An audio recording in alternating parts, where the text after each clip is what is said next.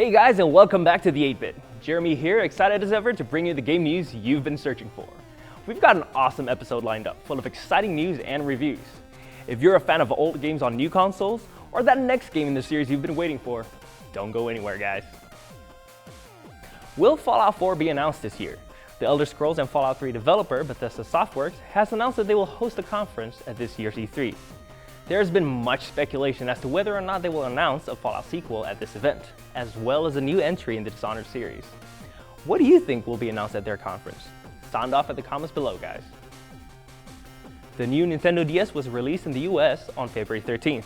This latest upgrade includes the long-awaited C-Stick, as well as other improvements, such as a new processor for faster gaming and an improved 3D visual system. The system also released with the new 3DS Remastered edition of The Legend of Zelda Majora's Mask. Stay tuned for a full review of the game here on the 8-Bit. When The Legend of Zelda Majora's Mask came out on N64 in 2000, a lot of people were skeptical to say the least. Could Nintendo live up to the standards set by the masterpiece, The Ocarina of Time? Critical response to the game was great, earning a 95 on Metacritic, but many skipped over Majora's Mask due to its required expansion pack that was sold separately. Also, the game's difficult time system deterred many fans. On February 13th, Nintendo released The Legend of Zelda Majora's Mask 3D, a remastered version of the game for the 3DS. Many fans of the Zelda franchise that didn't have a chance to play this game now do, so the question is, does the game hold up? In short, yes it does. Majora's Mask is weird, really weird, but that's what makes it so good. The narrative of the game is that Link has 3 days to save the world from the moon crashing into the earth. To do this, he has to keep going back in time by using his ocarina to figure out how to stop the Skull Kid, who uses Majora's Mask to draw the moon to the earth. As days go by, the moon visibly gets closer, which is a constant reminder of the world's impending doom. Going back in time over and over again allows you to examine the lives of the people that live in the world over the course of the 3 days. These people are the crux of the best part of the game, the side quests.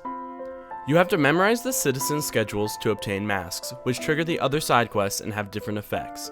Although there are only a few dungeons, the side quests and mask collecting add hours of content to the game, which is perfect for any completionist. The dungeons are great, featuring mind-bending puzzles and fun bosses, things we've become accustomed to in the Zelda series. The world building is also top-notch. The variety in the environments keeps the player interested, while a creepy aura looms across the land. The differences between this remake and the original are few, besides an upgrade to the save system as well as a graphical overhaul. The game keeps the nostalgic N64 blockiness, but updates to the character models really make the people pop on screen. Majora's Mask, like its predecessors, also has a great soundtrack. Every song has an ominous twinge to it that adds to the melancholy of the world. The thing I appreciate most about this game is the risk Nintendo took on it. They knew that they couldn't mess up on the follow-up to one of the greatest games of all time, but they still switched up the formula to give their fans something that they didn't even know they wanted. The creepy world, the characters, and the gameplay hook of the apocalyptic countdown makes Majora's Mask the first must-play 3DS game of 2015. If you have never played this game before, or are looking to replay a classic, pick this game up. The 8-Bit gives it a 9.5 out of 10. EA CFO Blake Jorgensen made a surprise statement at the 2015 Technology, Internet and Media Conference. Jorgensen says, as tablets get more and more powerful, they will be able to offer a console-style experience. This, along with the portable nature of tablet gaming, might make tablet gaming a big category for the company. Jorgensen made it clear that this didn't mean they were moving away from console gaming. Console-quality gaming on the go? What a wonderful world. Cult favorite developer Avalanche Studio has released a trailer for their new game, Just Cause 3. This sandbox game series started in 1995 in the form of Just Cause. However, the series truly hit its stride with Just Cause 2 in 2010. The newest edition features an enormous weapons catalog with stunning graphics. Combining a wide variety of vehicles with an enormous environment give players endless creative opportunities. The game is set to be released this holiday season. When Grim Fandango was first released in 1998, it was one of the most acclaimed games of the year, earning GameSpot's Game of the Year awards and IGN's Adventure Game of the Year. On January 27th, Double Fine Studios remastered the 20th century hit and released it on Sony consoles and PC. Peep our reviews for Grim Fandango Remastered. Grim Fandango has become a cult classic game in the 16 years since its original release in 1998. However, many have never had a chance to play it since finding a working copy and getting it to run on a modern operating system is usually not seen as worth the trouble. With that in mind, Double Fine, Sony, Disney, and LucasArts have teamed up to bring this cult classic adventure game to the modern generation. But does this 16-year-old game still hold up? Grim Fandango takes place in the Land of the Dead, a world which combines elements of the Aztec afterlife with style aspects of film noir. It stars Manny Calavera, a travel agent at the Department of Death in the city of El Mero, forced into his job to work off a debt to the powers that be. Calavera is a charming, cool, and sophisticated character whose original ambitions of gaining a higher commission place him in the crossfire of a huge conspiracy and an underground resistance movement. This brings Manny in contact with a memorable cast of interesting characters. The writing and voice acting are top-notch, and are ultimately the main reason anyone should play or replay this game. Gameplay is classic 90s point-and-click style mystery adventure game, which while at times is fun and satisfying, at others puzzles seem so obscure that they only make sense in hindsight, after exploring every possible option. Fixed camera angles can be quite an annoyance, with many locations being hidden in the background, and initially rooms can be overly difficult to maneuver through. Without a walkthrough, gamers can expect to be playing Grim Fandango for 12 to 15 hours, but who knows how much of that time will be spent walking around aimlessly trying to figure out what you're supposed to be doing next. As far as the remastered part of the game goes, it's clear that the creators of the game aimed to preserve Grim Fandango largely as it was, retaining the original pre-rendered cutscenes and environment. Instead, the only differences are some redrawn textures and a completely new lighting engine. While it's cool that the game tried to retain its art style, it would have been nice for there to have been a widescreen experience. Instead, the game is stuck in a 4:3 aspect ratio, reminding you of the game's age. There are some clearly positive additions though as well. Those who played the original will be happy to hear that the controls have been updated to be more in line with modern gaming, aka they don't suck. Overall, Grim Fandango is a hilarious and unique story-driven game full of memorable characters and dialogue. At times, one can just sit back and enjoy its beautiful imagery, and at others, one can just sit back and wonder what the hell am I supposed to be doing right now. While the story is great, your enjoyment of it really comes down to your enjoyment of point-and-click adventure games. For me, I give it a 7.5 out of 10. Are you guys bummed that Dark Souls 2 came out so close to new-gen consoles, but never made the jump? Well, wallow no longer, my friends. The time has come. From Softwares will be releasing Dark Souls 2 Scholars of the First Sin for Xbox One and PlayStation 4 on April 7th. This Ultimate Edition boasts all 3 Dark Souls 2 DLC packs, as well as an upgraded 6-player cooperative play. Check out Dark Souls 2 website for the trailer. Nintendo has released a new gameplay footage for their Pokemon brawler, Pokken, developed by the team behind the long-running fighting franchise Tekken. Pokken pits your favorite Pokemon against each other in brilliant 3D environments. Pokken is set to be released sometime in 2015 arcades of Japan, but hopefully we will see a Western release in the future. Mount Your Friends is one of the weirdest games I've ever played, which is why I challenged our field reporter Jane to a match. Watch me and Jane mount each other in this week's challenge segment. Hey guys, I'm Jane. And I'm Jeremy. And on today's challenge segment, we're going to be doing something a little bit different. That's right, this time I challenged Jane to one of the weirdest and oddest game, and it's kind of hard too. It's called Mount Your Friends. The point of the game is to climb on top of other players and reach the highest point. And it looks like we're pretty much ready now, so may the best mount your way. Mount Your Friends, a stimulated sports-like experience. Oh crap, I have to go first. Okay. Grab his face, grab his face, grab his face, I'm so close. Okay. This is physically impossible. This Okay. is not right. Okay, hold on. Wait, I have to propel myself forward. What the? Yes. No! Alright, here we go. I'm not even holding the goat. Guadalupe. No! What?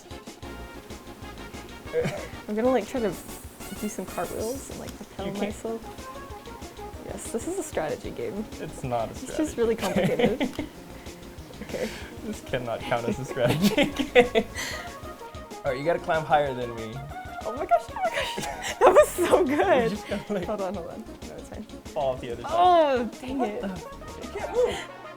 No, Oh, you're doing really good. Come on, I can't lose this round.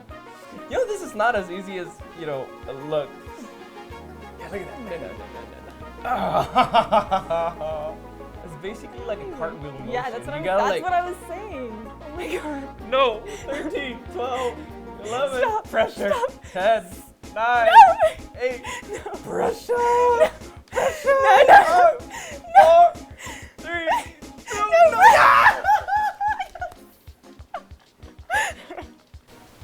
Alright, I guess that means Jeremy wins. Jeremy, it was gonna happen anyway, Jane. I guess you're just better at mounting your friends than I am. If you are also interested in mounting your friends, you can pick up this game for $5 on Steam. Alright, that's it for this challenge segment. Let's head back to the studio. Developer Turtle Rock Studios makes Darwin fun again with their new innovative co-op shooter, Evolve. The game was released on February 10th on the PS4, Xbox One, and PC. Check out our review on one of the biggest games of 2015. Turtle Rock Studios blew minds back in 2008 when they launched Left 4 Dead with Valve. 8 years later, the studio returns with their new multiplayer experiment, Evolve. Evolve is a 4 vs 1 multiplayer game, where the 4 control hunters with unique classes to gang up on the 1 player. Doesn't sound fair until you see that the 1 versus the 4 controls a 10-foot-tall, hulking, flame-breathing dealer of death, or a floating, dimensional black space manipulating eldritch horror. Not to say the intrepid hunters are weaklings. A medic heals the team and debuffs the monster with a variety of equipment. The support provides buffs and tactical weaponry to the mix. The assault deals the heavy damage with specialized weaponry, and the trapper, well, traps the monster with some unique equipment. Each class has multiple characters to choose from, creating plenty of potential teams with unique powers. A well-coordinated team of hunters can easily tear apart a monster at the start of a match. That is, until the monster evolves. The evolution mechanic drives the core cat and mouse structure for a skirmish, the standard mode for Evolve. While the hunters track the monster can consume local fauna to build up its evolve bar until it can morph into its next form. Like a twisted game of Pokemon, the creature can now upgrade its abilities to stand toe-to-toe with the hunters. A level 2 monster can destroy an isolated hunter if given the chance. Each class member is vital to the team, and a single death can set the team back for the whole match.